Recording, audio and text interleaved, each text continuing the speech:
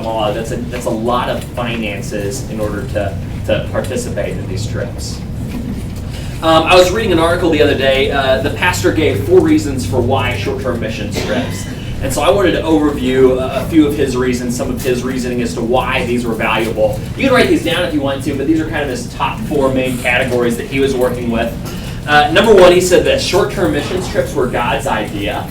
And then he referenced Acts 8, where I believe it was Philip going to Samaria and to Gaza. So Philip goes to Samaria to share the gospel with Simon the magician. Philip goes to Gaza to share the gospel with the Ethiopian eunuch. Very short distances in order to do this. And every hint that we have is that Philip is probably just a layman, not necessarily a leader. So not a paid professional going out to share the gospel, but it's a very short-term type trip is what we probably see there in Acts chapter 8. Number two motivation as to why we should do short-term missions trips. Short-term missions trips, for those that don't necessarily go midterm or long-term, so often creates senders. That as we experience day-to-day life, we have no idea as to what's going on amongst missionaries, what the work looks like, what it looks like to plant a church or start orphanages or do the day-to-day in those ministries. We have no idea as to what that necessarily looks like. And then going on the field and getting a taste of it so often creates prayer warriors and encouragers and givers to see the gospel go to the nations. So often, one of the goals that we have is that students would be senders for the rest of their life and would want to give both financially and with their time in order to see missionaries who are long-term and mid-term go to the fields. And one of the things that's been cool for me, and this is a picture. This is me about 11 years ago. And so this guy right there, that's me on the Guatemala missions trip. We went and visited Bob Enriquez. And just remembering going on that trip and having not just my mind open, but my heart open to what God was doing among the nations and getting a vision for, okay, this is what happens amongst missionaries, and this is what I want to pray towards and encourage towards and give my own money and time towards to see this happen. How shifting that trip was in my own heart, in my own mind, to be a sender. And our hope and our prayer is that students would walk away from these trips going, how can we send those that are called to midterm and long term? So number 1, short-term missions trips were God's idea. Number 2, the pastor said that short-term missions trips create senders. Number 3 is that short-term missions trips creates goers. That we see this every time that we send students, is there's this deep heart wrestle to go, am I really called to something like this? Could I both see myself doing something like this long term, and has God really called me to be a part of doing this, to see the gospel go to every tribe, tongue, and nations, and to see them and help them work through whether or not God could be calling them to be midterm or long-term missionaries is really a special opportunity. And so number 3 creates goers.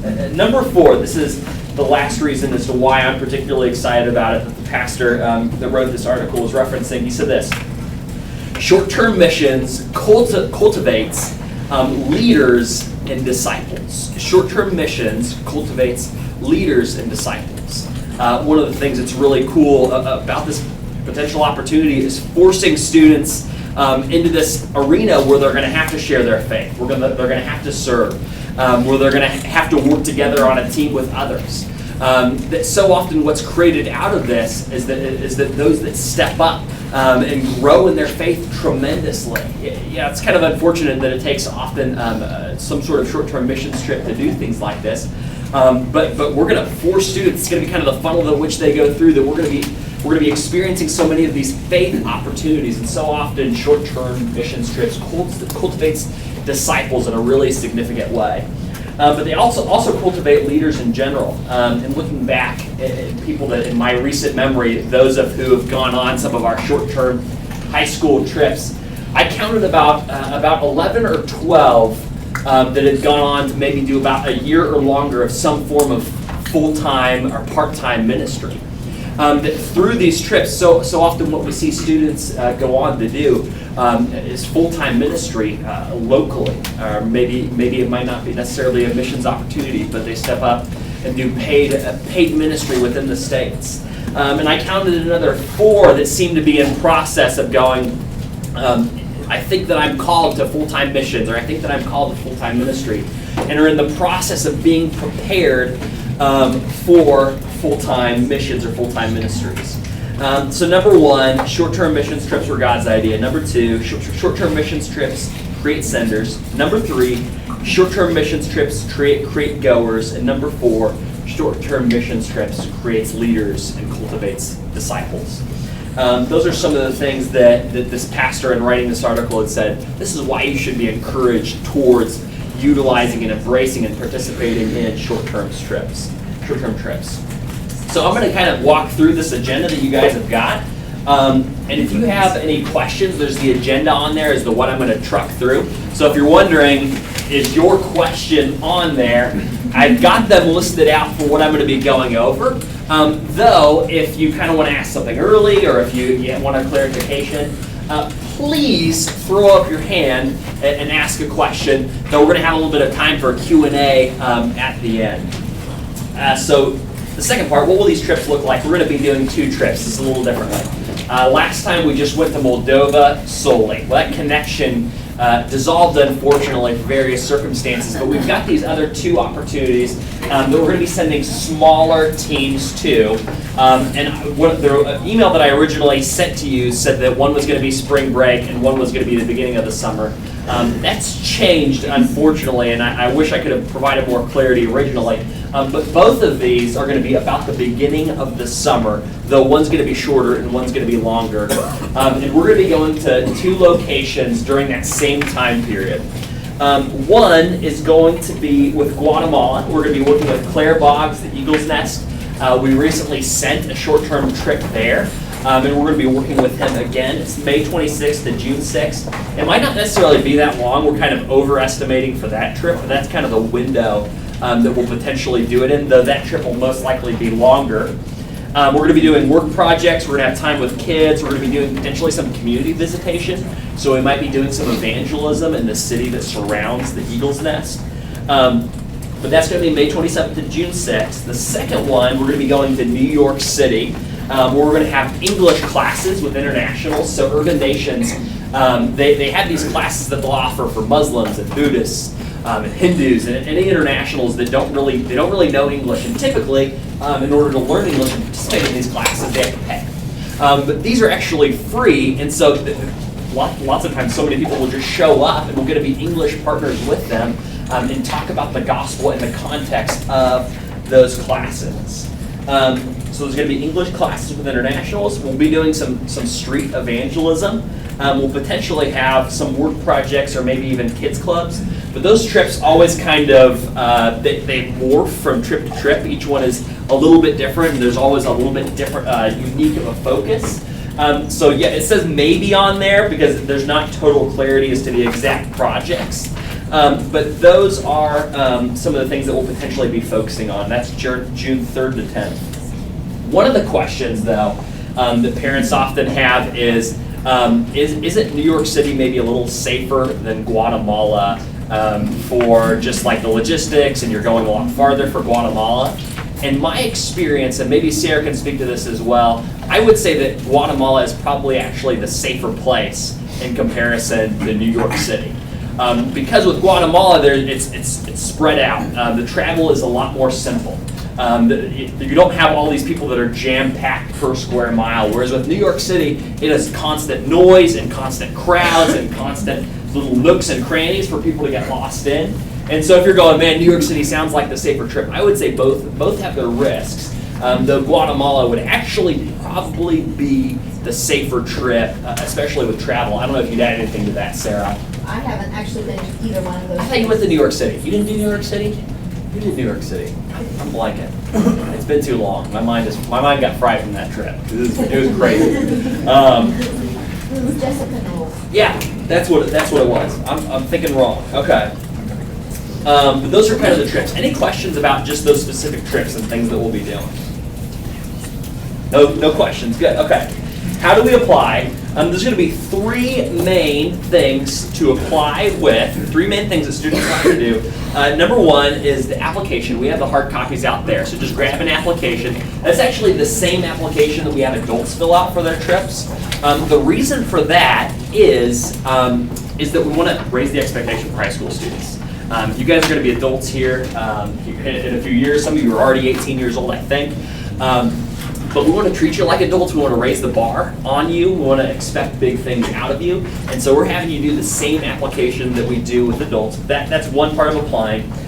Number two is a reading assignment. I actually there's books right out here, and there's money to make change with if you've got some cash. But there's two books for the two different trips. The first one being Seeking Allah, Finding Jesus. It's a story about the Nabil Quresh and his relationship that he had with a man who was sharing the gospel with him and explaining to him some apologetic things. But he was a very devout Muslim and came to faith in Jesus Christ. And it's his story. And in New York City, we'll be working with Muslims and Hindus and Buddhists. And so zooming in on one of those religions and reading a book about one man's experience will be really helpful. But one will be reading that book for New York City, and the other book is George Mueller's autobiography. George Mueller in the 1800s started orphanages. The man had a tremendous testimony in regards to the power of prayer. It's said that he educated some 120,000 children and raised millions upon millions upon millions of dollars without promotion, but simply through prayer alone. But he prayed and God responded. And so that's the one for the Guatemala trip, the assigned reading. George Mueller's autobiography. George Mueller looks really small, Nabil Quresh looks really big. They're both about the same density and difficulty, and so both will take about the same time for reading it. The size scares you off. But then students will write a 600 to 700 word response to that book. And so responses is very free as to what you're able to do with that and what you want to include. But 600 to 700 word, it's about a full page, single space is what that is. So that's not a tremendous assignment. But it'll be a response to the assigned reading. And number three, the third thing to apply is $200 that we want students to pay out of their own pocket. So parents, some of you tend to maybe write a check for your student to provide a little bit of relief. We want students to have investment in this, to work their knuckles to be able to make this happen. We want them to have skin in the game in order to pull this off. It's going to take time, but we also, we want to have them be sacrificial with their own resources to be able to pull this off. But the last thing will be a deposit of $200, and we're not going to police that. If you really want to write a check for your student, that's okay. But we would encourage you to have your student have some skin in the game in order to pull that off. Questions about the application? Okay. Number three, what is the support that's needed? And these are the max amounts. So if you're wondering if this seems a little bit too much in your mind for what we're going to need to raise, these are actually the highest amounts. So it's either $1,500 for New York City or $2,000 for Guatemala. And the $200 would be a chunk of that.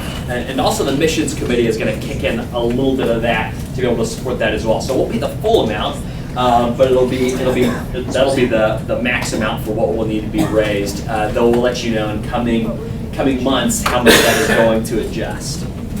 The next one, how do we know if we've raised enough funds? The way in which this is going to work, we're going to work on this together. We're going to cover this in a training that's coming up, but we're going to walk students through how do you write a letter and how do you send that out to supporters and what's that look like, and we're going to give them feedback as to how to best do that.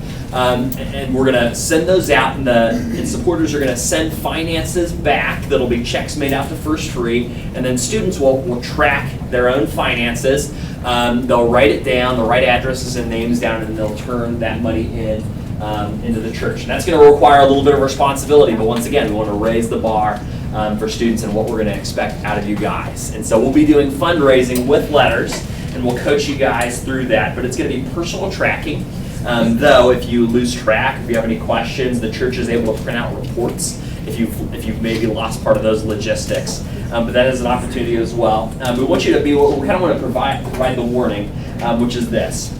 If a student goes, hey, I raised $50 because you didn't send out any letters, students will be responsible essentially for whatever we fall short, especially if it's that great of a shortness in raising funds. So I want to provide that warning that it's like if you're like $1,000 short and you haven't done much work, there will be the responsibility to cover up what's short.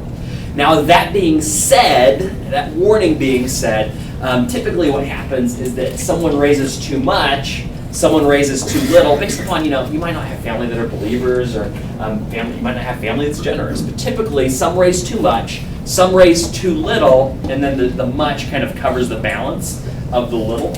So whatever has fallen short, typically we're able to cover each other, and yet we have yet to have a student have to pay out of pocket.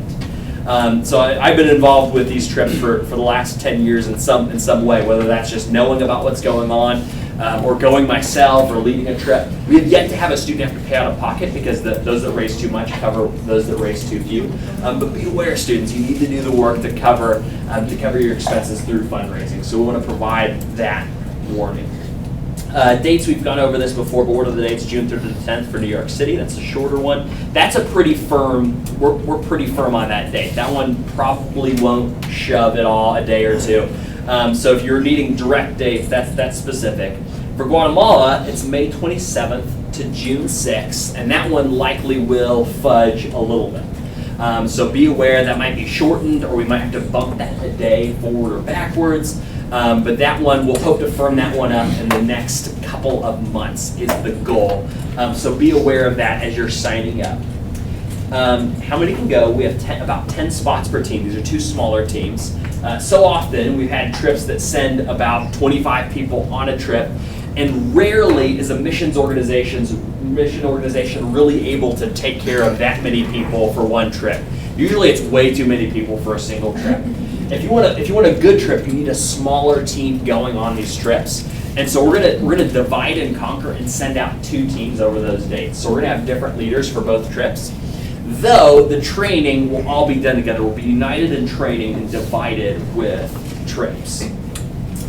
How much training can I miss? We want to set the bar up, just so you know. So many of us have sports and jobs and homework and things like that. We're going to allow one trip, one training to be missed. It's so critical that we each be united as a team in participating in these trainings.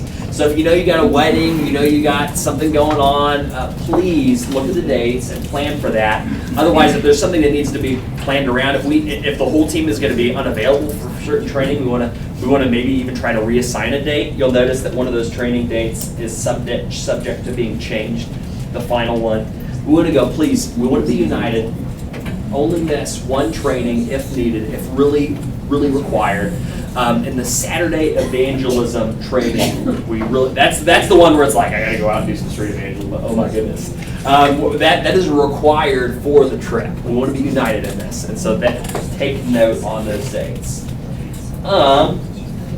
So that is me flying through at 1,000,000 miles an hour the content, mostly because I just wanted to walk you guys through it and then see if you guys have any questions or reactions or clarifications or anything else that I could maybe give you some information on. Do you know that the leaders are going to be on the trip? We have some that are interested, but we've yet to firm those up. So Kip, potentially Terry, are interested. Amanda Kalady is potentially interested. Sarah's interested. And so David Heinrich is strongly interested. And so those are some of the ones that have said, yes, I want to go. We also have a few adults that have done some of these trips that we're kind of honing in on to firm up. But those are some of the ones that are going, I think I want to do this. But that we don't have those firmed up quite yet. The 10 members, is that the 10, that's teenagers, or is that teens? That includes leaders as well. Yeah, I would guess we're not going to. I would guess we'll probably hit that number. It'll be about that'll sign up. I would guess we won't have over that. Just kind of historically. So if you're wondering, is my kid going to make the cut? You know, if they're not one of the 20, we have yet to turn away a student that wanted to go on a trip. So that's kind of our max that we're going with, and that would include adults as well. Though we've never had to turn away a student for these trips, and that's what we're just projecting will sign up. So, yeah, good question. Go ahead. How many adults per team? Ideal is probably about 3 adults per team. It's about what we're shooting for. So 1 to 1-to-2 ratio is kind of a good, especially when there's a lot of busyness. An adult might have to take a team somewhere, and another one might have to take a team somewhere else if they have to like split up for some sort of activity. But we're going to have probably about 3 adults and about 7 students per trip is kind of what I'm shooting for. And just to be aware, we will likely go over these amounts if needed. So we might take a team to New York with 12 if we have to. So some of those numbers are subject to tweaking if needed. So, any other questions? What are the times of the training? The times of the training are going to be after church. That's a good clarification. We'll bring lunch together. Students will bring sack lunches, and we'll go to about 2:30, something like that. Try to be done by 2:30. Yeah. 2:30 would be really long. 2 is more ideal for what we'll likely be done by.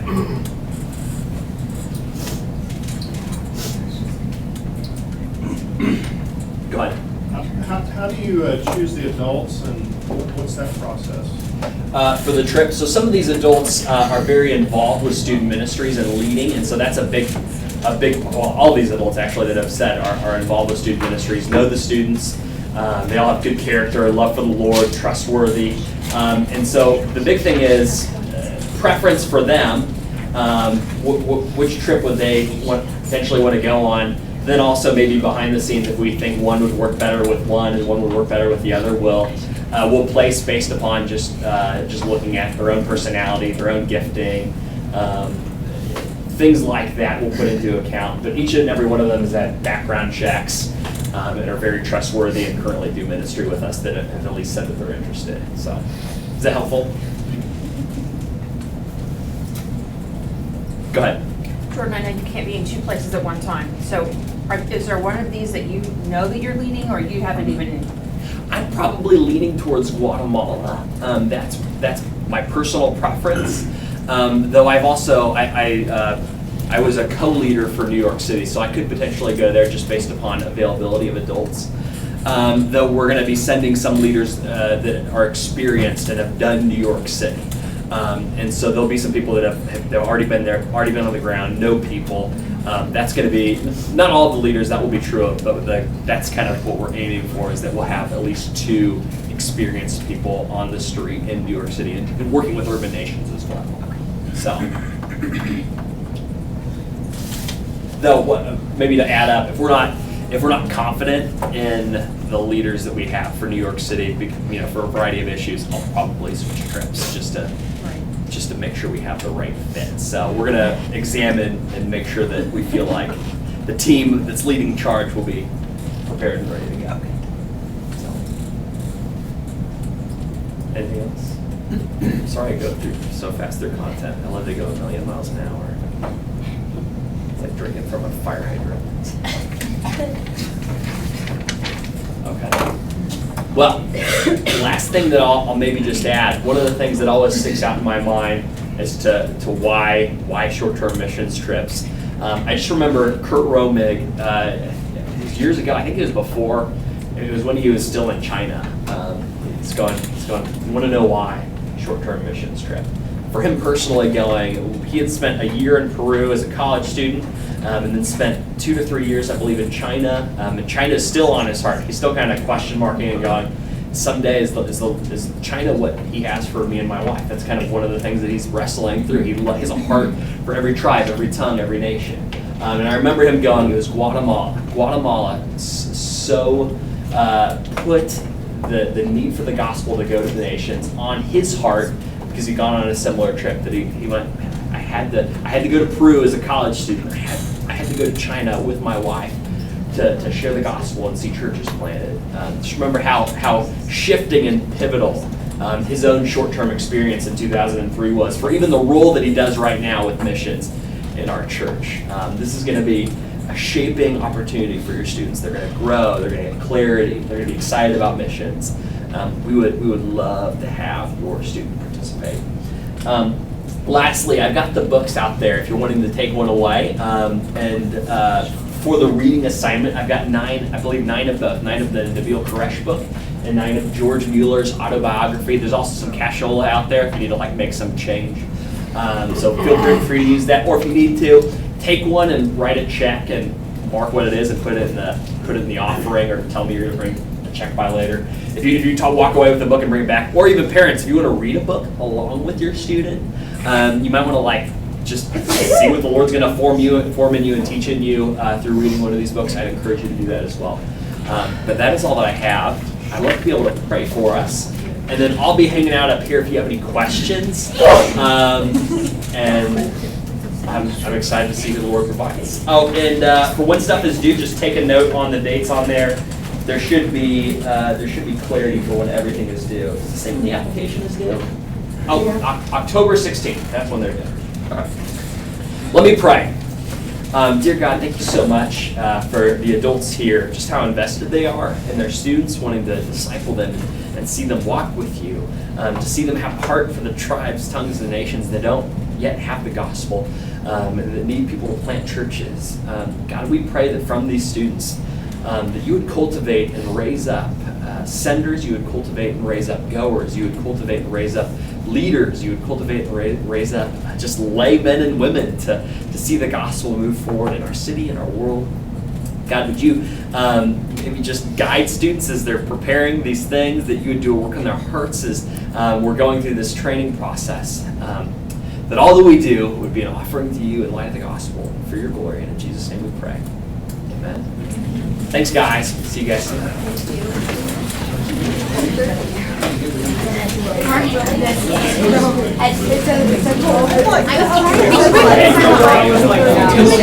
my mom has to go.